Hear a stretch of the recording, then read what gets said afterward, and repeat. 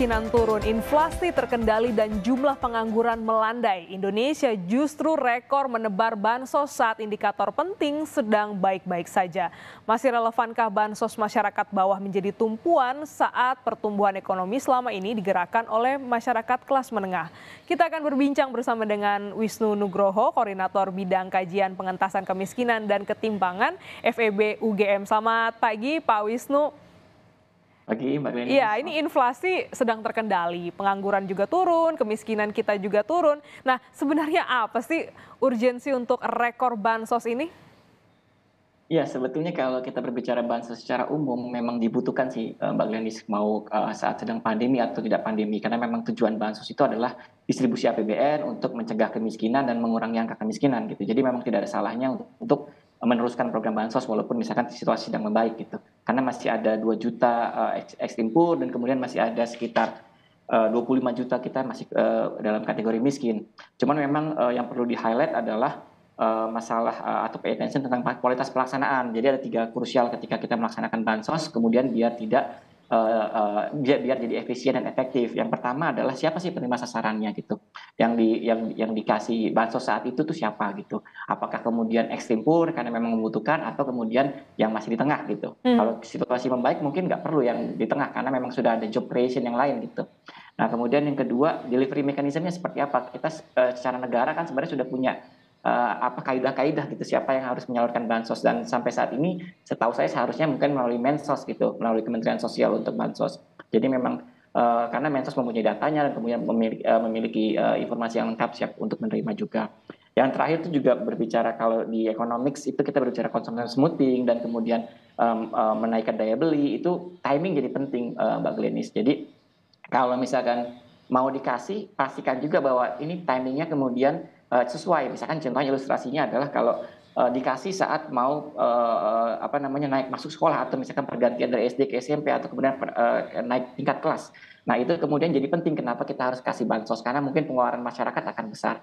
Tapi kalau misalkan nggak ada apa-apa gitu terus kemudian memang tidak krisis, tapi mungkin kita bisa tunda sedikit gitu untuk kemudian pemberian bansosnya waktunya seperti itu, Mbak Glenis. Ya, ada 3 hal yang jadi sorotan, diantaranya timing, sasaran, dan bagaimana cara pendistribusiannya. Nah, tapi kalau kita lihat juga, kan ada indikator-indikator makro ya, Pak Wisnu, yang menjadi sorotan kapan kita harus, pemerintah harus menggelontorkan bansos begitu. Tapi ini sedang baik-baik aja begitu, yang tidak relevan. Jadi siapa sebenarnya yang diincar untuk bansos ini?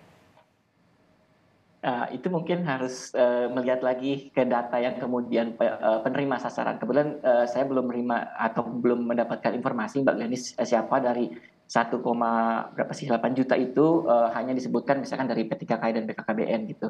Kalau dari situ memang berarti kita bisa mungkin asumsinya ini adalah penerima bansos yang sebelumnya yang bansos sembako gitu.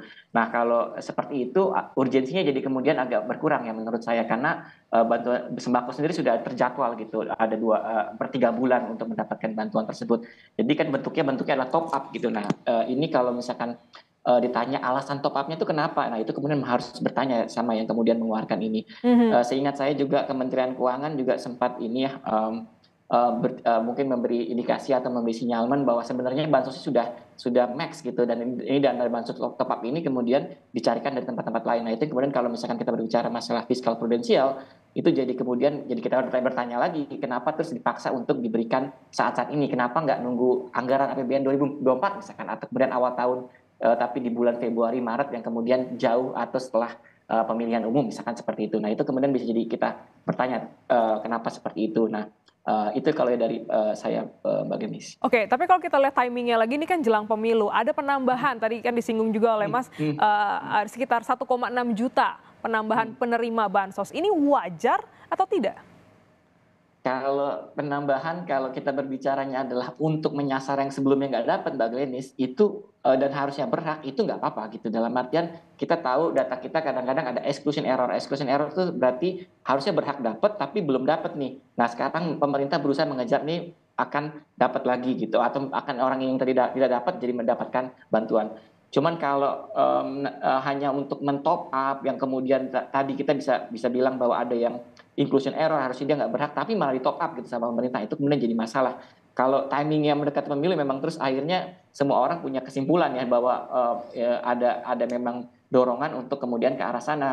Yang ini sebenarnya kalau kita berbicara masalah populismenya sudah agak kelewatan kalau misalkan di economics itu. Populism is good at certain point gitu untuk karena kita memang butuh membantu masyarakat, tapi kalau jadi bansos berbentuk bansos kampanye itu yang kemudian harusnya jangan pakai APBN dong seperti itu. Nah, kalau kita bicara soal bansos kan namanya juga bantuan sosial ya. Ini kan menyasar kelas bawah ya, Pak Wisnu. Sedangkan kontribusi golongan ini sekitar 10-11% pada perekonomian. Jadi masih relevan nggak sih bansos ini sebagai tumpuan? Sebetulnya sangat relevan, Mbak. Jadi di negara maju sekalipun seperti Amerika masih ada bansos. Kalau Mbak Glenis kemudian tinggal di Amerika itu masih dapat bansos. Khususnya buat kalau di negara maju ya Mbak, bedanya adalah mereka fokus ke vulnerable citizen, dalam artian anak-anak dan kemudian orang tua. Jadi kayak tiap anak di sana tuh kalau memang terus di garis kemiskinan atau dekat garis kemiskinan akan dapat $400. Yang berarti kan kalau kita mau ke arah sana boleh sekali gitu untuk ke arah bansosnya. Tapi kita masih negara berkembang. Jadi tadi saya cerita masih ada 25,9 juta masyarakat kita yang masih miskin, ekstrim poornya tuh di angka 4,19 juta. Nah, itu yang kemudian tetap harus kita jaga daya belinya biar kemudian mereka bisa nanti punya kesehatan, punya produktivitas yang nanti bisa diarahkan ke arah active labor market policy yang pemerintah juga punya di prakerja, kemudian di kredit usia rakyat. Nah, mereka itu nggak bisa ke arah sana kalau misalkan masih lapar, ibarat seperti itu. Jadi bansos itu tetap masih dibutuhkan, tapi memang terus tadi ya highlight 3 kuncinya. Di samping juga di komplement dengan social assistance seperti social insurance seperti BPJS, kemudian ketenagakerjaan seperti itu Mbak Glenis. Oke, Pak Wisnu, terakhir, kalau kita bicara soal masa depan ya, kalau struktur ekonomi Indonesia ini bergantung dengan subsidi, dengan bansos, apakah ini masih aman?